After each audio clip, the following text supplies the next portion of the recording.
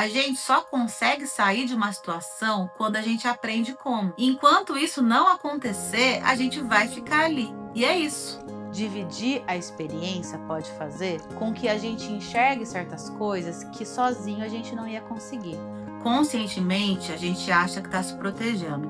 Porém, na prática, a gente sente da mesma forma.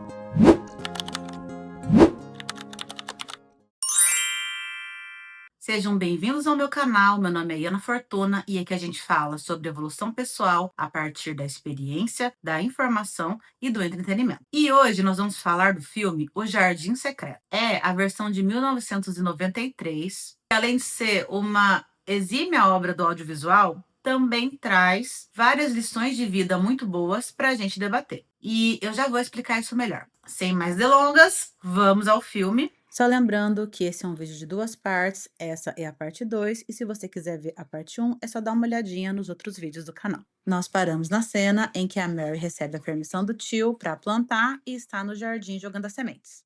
E depois disso, a gente tem várias cenas das flores crescendo em time-lapse. E essas cenas deram um trabalhão na época, porque eles tiveram que ficar captando ali as imagens por meses em estúdio. E esse recurso, ele dá aquela sensação pra gente de que o tempo tá passando. E nesse filme, nesse momento, ele é muito necessário. Porque a gente precisa entender que a natureza tem o tempo dela. Ela não tá nem aí para nossa opinião. E tem uma sabedoria nisso, porque normalmente, se dependesse da gente, a gente ia estar pulando várias etapas que quando chegasse no final, a gente ia ver que o resultado não ficou tão bom. Então, quantas vezes você chega num ponto e você olha para trás, para todo o processo, e você pensa, é mesmo, né? Tinha que acontecer desse jeito. E não tô falando aqui as coisas acontecem como elas têm que ser para justificar atrocidades, tá, gente? É que se você olhar com profundidade, é muito mais do que uma autoajuda barata. Mas um fato muito lógico, que é, a gente só consegue sair de uma situação quando a gente aprende como. Enquanto isso não acontecer, a gente vai ficar ali. E é isso. O tempo do aprendizado é o tempo do aprendizado, por mais que a gente não goste, por mais que a gente não queira, por mais que a gente bata o pé, faça birra. Que é o que a Mare faz muito no começo do filme, né? Só que agora a gente tá vendo que ela tá amadurecendo. E isso é muito bem representado pelo fato dela ter que esperar o tempo das coisas acontecerem. Legal, né? É bem simbólico, eu acho. Já o Colin passou tanta vida trancado naquele quarto que ele não é doente apenas pela falta de esforço físico, mas porque ele internalizou aquelas opiniões de que ele era fraco e não ia viver muito, pelo descaso do pai dele, pela culpa que ele sente por ter sido a causa da morte da mãe, pela solidão, pela impotência perante os fatos. Mas quando ele e a Mary começam a ajudar um ao outro, a dar e receber atenção, calor, amizade, eles começam gradativamente a mudar a sua pensenidade. E o que é pensenidade? Tem um conceito que é um acrônimo para pensamento mais sentimento mais energia. Ou seja, quando você pensa, você sente, ou vice-versa. E você emite uma energia. E quando nós pensamos muito de uma determinada forma, isso molda a nossa visão de mundo e também afeta o ambiente onde a gente está. Isso não acontece do dia para a noite, mas de forma gradual, muitas vezes inconsciente. E quanto muitos pensenes são feitos em um ambiente, cria-se o que a gente chama de holopensene. Holo significa todo, vem do grego, e o pensene é o que a gente já falou. Então seria a atmosfera de determinado lugar. E eu vou te dar dois exemplos aqui de como um holopensene pode afetar uma pessoa. Por exemplo, você vai num hospital. Mesmo que você não tenha visto nada chocante, a tendência é você ser afetado por pensamentos, sentimentos de preocupação, de dor. E se você fica muito tempo ali e você não sabe como desassimilar aquela energia, a tendência é você ir adoecendo junto. Um ambiente oposto seria uma biblioteca, que é um ambiente onde muitas pessoas vão para pensar, para estudar, para refletir. Então, pode ser que quando você estude na biblioteca, você perceba que você raciocina melhor do que se você estudar no seu quarto, por exemplo. Uma noite, a Mary e o Colin acabam brigando. Então ele desabafa que o pai dele não ama ele, porque ele nunca vai ver ele. E no dia seguinte, a Marta fala para Mary que é porque ele tem medo de se apaixonar pelo filho. E essa parte é bem emblemática porque o tio, depois que perdeu a esposa, ficou tão traumatizado que se fechou para qualquer tipo de afeto. E provavelmente porque ele também tem essa ideia de que o Colin vai morrer cedo, ele prefere não se apegar para não correr o risco de amar, perder e voltar a sofrer. E isso não é nada incomum da gente trocar um sofrimento por outro. Tem até um ditado que diz que quem se preocupa com o futuro sofre duas vezes. Porque seu cérebro não consegue diferenciar o que está acontecendo agora e o que vai acontecer daqui a um tempo. Por isso que quando você tem ansiedade e começa a fazer projeções para o futuro, você sofre como se você estivesse vivenciando aquela situação. E quando você tenta prever e controlar e tem medo do futuro, você acaba sofrendo mais do que se você simplesmente vivesse o futuro, certo? E isso me lembra a mim mesma em determinada época, porque eu não me permitia amar as pessoas profundamente. Não me permitia ser totalmente vulnerável nas minhas relações, porque eu tinha medo de sofrer. Mas aí, quando eu perdia elas, eu acabava sofrendo duas vezes. Porque, além do arrependimento de não ter vivido tudo que eu gostaria, só então eu conseguia medir a real extensão do meu afeto por elas. E isso de se poupar nas horas boas para se proteger de se decepcionar nas horas ruins é uma racionalização inútil, porque eu ficava repetindo para mim mesma: eu nem gosto tanto dessa pessoa, ou eu não deveria esperar nada dessa pessoa. Só que isso não me impedia de gostar nem de esperar. E eu lembro certinho de um dia que eu olhei para toda a minha história e vi que tentar não sentir, me anestesiar, me tornar insensível, talvez até me impedisse de sofrer, mas também me impedia de vivenciar as coisas boas. E é isso que acontece nesse filme. Eles não choram, mas também não riem. O medo de se magoar é tão grande que eles vivem numa tristeza constante. É como o jardim, que está seco e triste, porque as pessoas estão evitando a tristeza de olhar para ele. E tem uma música que eu vou deixar de sugestão aqui, que é uma das minhas bandas preferidas da vida e foi uma das minhas músicas preferidas por anos. Ela chama Jaded, do Aerosmith, que fala bem sobre isso. A insensibilidade emocional causada pelo cansaço de sofrer. Durante a noite, a gente vê o pai do Colin indo com uma lamparina ver o filho enquanto ele está dormindo. O que mostra exatamente esse paradoxo. Conscientemente, a gente acha que está se protegendo, porém, na prática, a gente sente da mesma forma. E a Mary percebe que o Colin precisa sair daquele quarto. Então, ela toma uma atitude de impacto. Ela pede para o Deacon prender as vigas de madeira que fecham as janelas no seu cavalo, com cordas, e ele dá um puxão ali e todas elas saem de uma vez. E o Colin, que está ali de frente para a janela e recebe pela primeira vez o sol no rosto, fica com muito medo de morrer. Com razão, né? E eu acho que bate um instinto de sobrevivência nele ali, e ele também não sabe como lidar com os sentimentos que vêm todos de uma vez. E ele tem tipo um acesso de raiva e começa a gritar e se joga no chão. E a Marta chega ali com outro funcionário todo desesperado para colocar ele na cama enquanto ele não para de se debater. E nisso a Mary, que tinha saído para encontrar com o Deacon, ela volta enfurecida e começa a gritar com o Colin, falando que tá na hora dele parar de ser aquele garoto arrogante e mimado. Ele grita pra ela que ela não sabe o que ele tá sentindo porque é ele que vai morrer, e ela grita de volta falando que ele não sabe nada da morte. E ele fala: "Eu sei sim, a minha mãe morreu e eu vou morrer. Eu vou ficar corcunda igual meu pai." Então a Mary sobe na cama, vira ele de costas, sobe a camisa dele e começa a palpar as costas dele procurando ali uma corcunda. E daí ela diz que ali não tem nada e que não tem como ele estar doente, porque uma pessoa doente não ia conseguir gritar com a força que ele está gritando. E nisso, a Medlock chega, porque ela não estava em casa. E ela fica completamente horrorizada com aquela cena. O menino deitado na cama, com a Mary em cima dele, as janelas todas abertas. E ela tem um surto ali, dá um tapa na cara da Marta, demite ela. E quando ela vai expulsar a Mary do quarto, o Colin levanta, grita pra ela deixar ele ali com a prima dela, que se ela não fizesse o que ele tá mandando, porque ele é o senhor da casa quando o pai dele não tá, é ela que vai ser demitida. A Medlock fica boquiaberta, mas ela não tem outro remédio a não ser deixar os dois ali. E daí eles vão conversar com um pouco mais de calma. Ele admite que ele tem medo do mundo lá fora, e a Mary então finalmente fala sobre o jardim secreto para ele. Ela fala que o que acontece lá é magia, mas ele não consegue conceber, porque como ele passou a vida toda numa cama, sem ter contato com ninguém, todo o processo imaginativo dele é atrofiado. Ele não consegue conceber ideias fantásticas, só aquilo que é factível. E normalmente sob um viés pessimista, porque é tudo que ele conhece. E o pessimismo é um mecanismo de defesa para não se decepcionar, que na condição dele é muito válido, porque depois de tudo que ele ouviu, ter esperança é pedir para sofrer.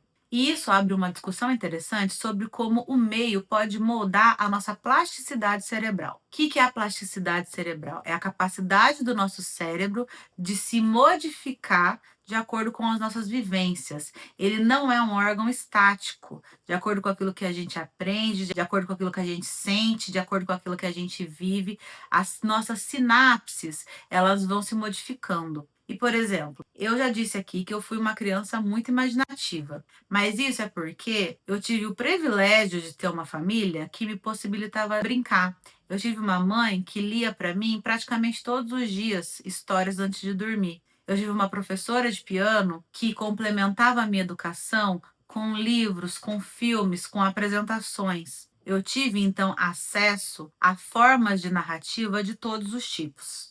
E isso me ajudou muito a exercitar o meu processo imaginativo. Então, sonhar para mim sempre foi uma coisa muito fácil. E já é comprovado que a criança que brinca durante a infância, que cria, vai ter muito mais capacidade na vida adulta de solucionar problemas, porque ela tem um acervo de referências, ela tem um repertório dentro dela que permite com que ela busque respostas fora da caixa. E isso ajuda ela a lidar com situações inesperadas com muito mais habilidade. A criatividade, portanto, na vida adulta, é uma habilidade muito importante, inclusive é a habilidade dos inventores. E tudo isso perpassa pelo processo da imaginação, inclusive para você se reinventar quando surgir a necessidade. Porque o Colin colapsa quando a Mary abre as janelas, porque tudo que ele é construído em torno de uma ideia de que ele é doente e que ele iria morrer se isso acontecesse. Então, todo o senso de identidade que ele tem foi construído baseado naquilo que ele conhece, que ele vivenciou, que foi dito para ele. E quando ele vê que isso não é verdade, que ele não vai morrer como ele acreditou a vida toda que iria acontecer, tudo à sua volta desmorona. Quem eu sou? Quais são minhas reais fraquezas? Quais as potencialidades que eu tenho e que eu desconheço? Por que eu vivi assim até hoje? Como eu vou viver a partir de agora? São todas perguntas que provavelmente chegaram na mente dele ali ao mesmo tempo, desordenadas, e fizeram que todo o senso de identidade dele colapsasse ao mesmo tempo que as emoções dele vinham descontroladas. Então ele teve um surto ali. E esse caos emocional acontece muitas vezes antes de uma grande mudança. Não apenas para o Colin, mas na nossa vida de maneira geral, antes da gente conseguir encontrar um caminho possível, a gente experiencia esse caos emocional, que a gente sabe que a gente tem que sair dali, mas a gente não sabe para onde que a gente vai. A gente não sabe nem como sair, nem como construir uma ponte para sair dali, nem como construir um caminho e nem para aonde a gente vai quando a gente chegar.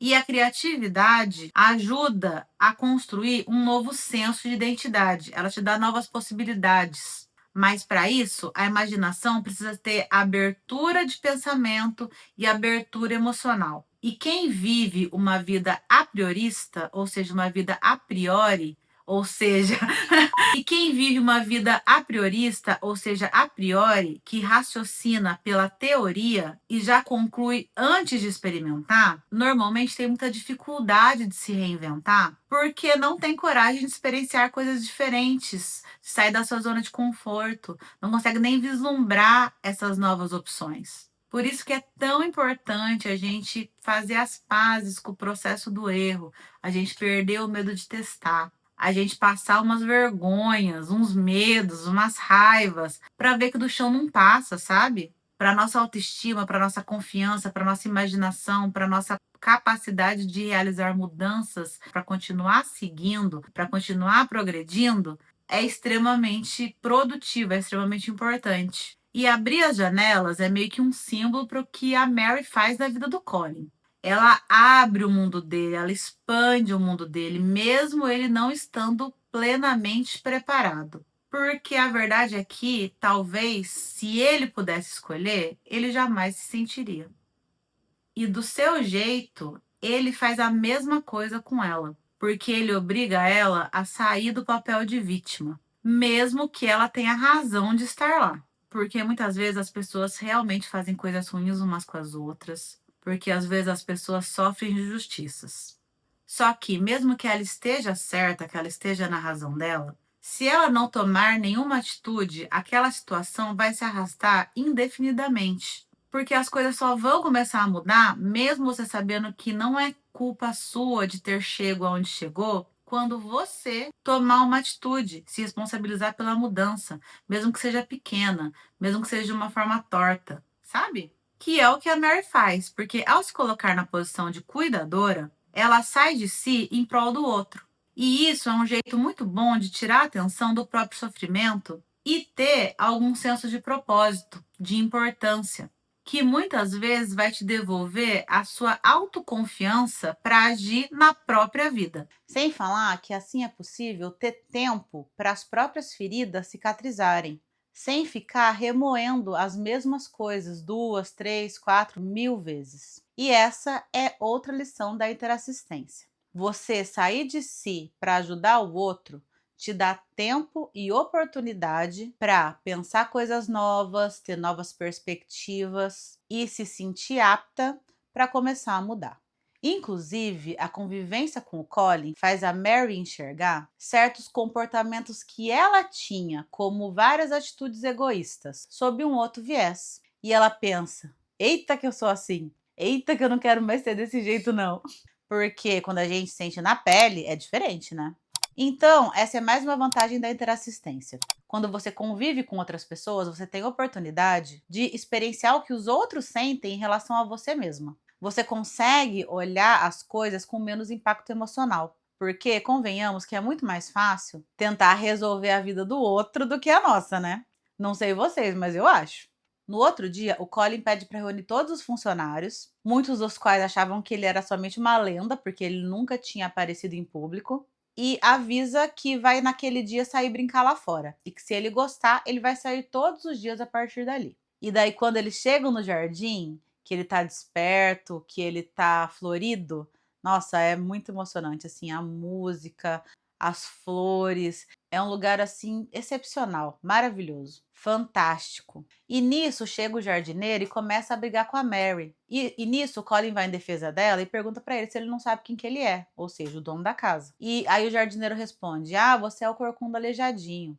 Porque, né, dublagem de 93. Mas por isso o Colin decide então ficar de pé. E ele, com muito esforço, consegue. E aqui tem gente que critica a autora dizendo que ela foi insensível com as pessoas com deficiência, porque tratou a doença do Colin como algo que dependia apenas da vontade dele. E assim, na minha opinião leiga de pessoa de humanas, me parece que o caso dele nunca foi definitivo.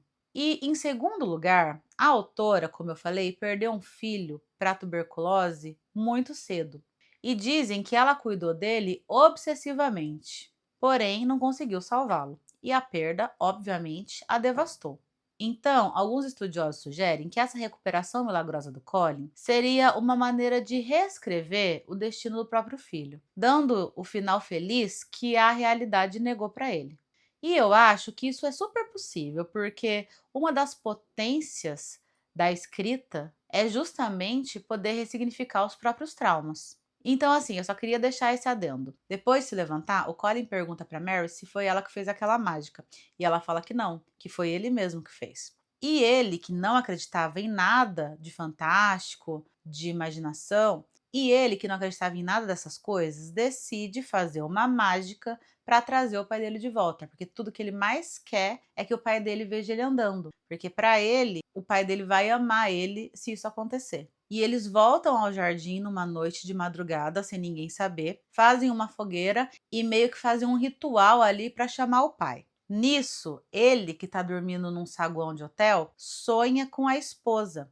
Ela aparece para ele e ela fala: venha para o jardim, eu estou aqui com o Colin e aqui eu vou fazer uma explicação. E se você não gosta desses assuntos, eu vou deixar a minutagem para você voltar quando acabar e continuar assistindo o vídeo sem problema. Porque eu acredito no princípio da descrença. Não acredite em nada, nem no que eu te falar aqui. Tenha suas experiências pessoais e tire suas próprias conclusões. Bom, o que eles fizeram aqui foi uma projeção da consciência, que é quando o nosso corpo das emoções desencaixa durante o sono e acessa outras dimensões. E uma das coisas que podem acontecer durante as projeções é entrar em contato com aqueles que já faleceram. E normalmente esses encontros têm um propósito maior, alguma interassistência, alguma comunicação importante.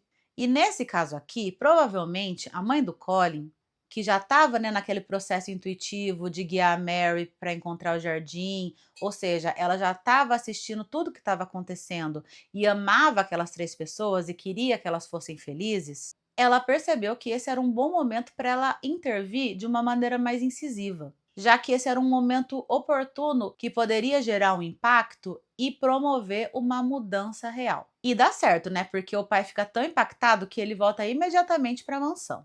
E quando ele chega, ele fala para Medlock que ele quer ver o Colin, mas eles vão até o quarto e não encontram ele. A Martha então fala que pode ser que eles estejam no jardim, ele e a Mary. E a Medlock fica tão transtornada com a situação que ela começa a destilar ódio contra a Mary, falando que ela é uma menina perigosa. E o pai do Colin defende ela. Ele fala: não tem como uma criança ser perigosa. E a forma como ele responde, que ele fala com a Medlock, é bastante rude. E isso deixa ela sem chão. Tanto que ela diz que vai se demitir e ela senta na escada ali e começa a ter um colapso emocional, começa a chorar. E nisso, a Marta, que é toda fofinha, tenta afagar ela. E ela se desvencilha com um safanão. Mas a Marta não desiste, porque a gente já estabeleceu que nesse filme ela é a pessoa mais emocionalmente alfabetizada, né? E, num segundo momento, a Medlock abre a guarda e aceita o carinho. E é aquilo, né? Quando você passa anos reprimindo suas emoções, evitando a vulnerabilidade a todo custo, e no caso dela, parece que aquilo foi amargando ali dentro, criando um desgosto generalizado, quando alguém é gentil com você, você não sabe como agir. E a Mary e o Colin realmente estão brincando no jardim. E quando o pai chega, ele fica completamente maravilhado, sem palavras, de ver o filho andando. Tanto que ele fica meio em choque e vai se aproximando do Colin devagar. E ele tá com os olhos vendados, porque eles estavam brincando de cobra cega. E então ele acha que pegou a Mary ou o Deacon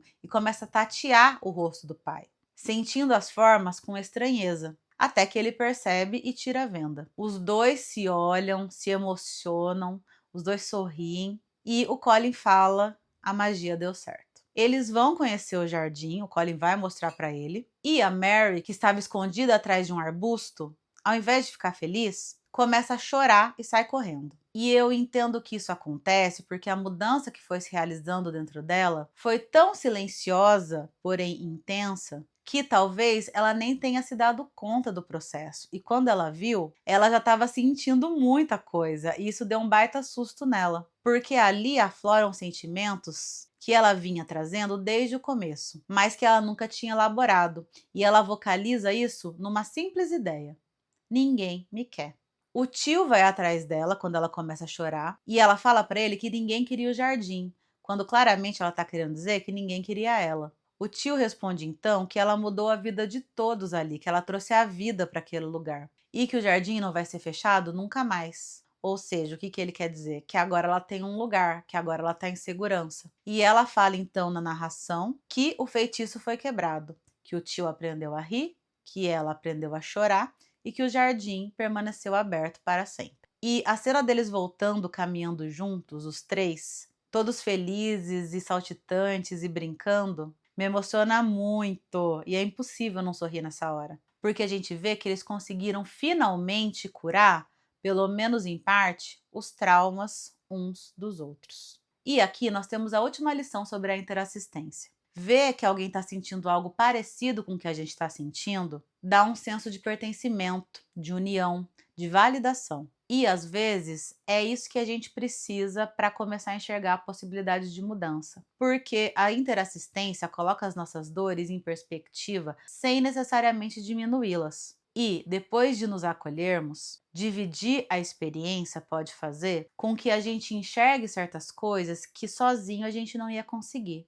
E a partir dessa conexão, nós podemos começar a seguir em frente. E assim termina o Jardim Secreto, porque quando a Mary decide cuidar do jardim, ela aprende a cuidar dos outros e de si mesma. E por mais que seja uma metáfora um tanto clichê, é a mais pura verdade. Nós somos um jardim. Se nós nos mantivermos trancados, sem sol, sem ar e sem cuidado, nós não florescemos. E esse cuidado precisa ser do jeito certo, aos poucos, com respeito, com paciência, mas sem nunca desistir. E aí, gostaram do vídeo? Já assistiram o filme? Conta pra mim nos comentários. Não esquece de me seguir se você gosta desse tipo de conteúdo e me mostrar para alguém. Me ajuda a crescer aqui no YouTube, porque na teoria a prática é outra e as coisas não são nada fáceis. E essa, meus amigos, é a minha Verpom, a minha verdade relativa de ponta. Ou seja, o que eu tenho de mais recente nas minhas reflexões sobre o assunto. Lembrando que, à luz de novas informações, podemos sempre mudar de ideia. Muito obrigada pela companhia até aqui e até o próximo vídeo.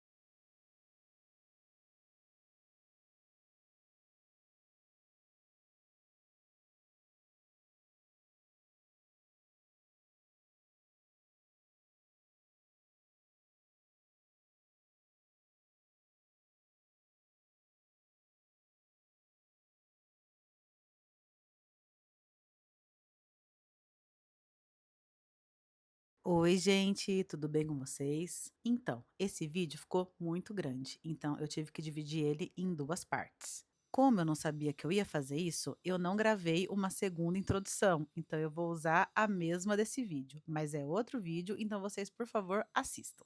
Muito obrigada, desculpa atrapalhar, como diz o Cusco.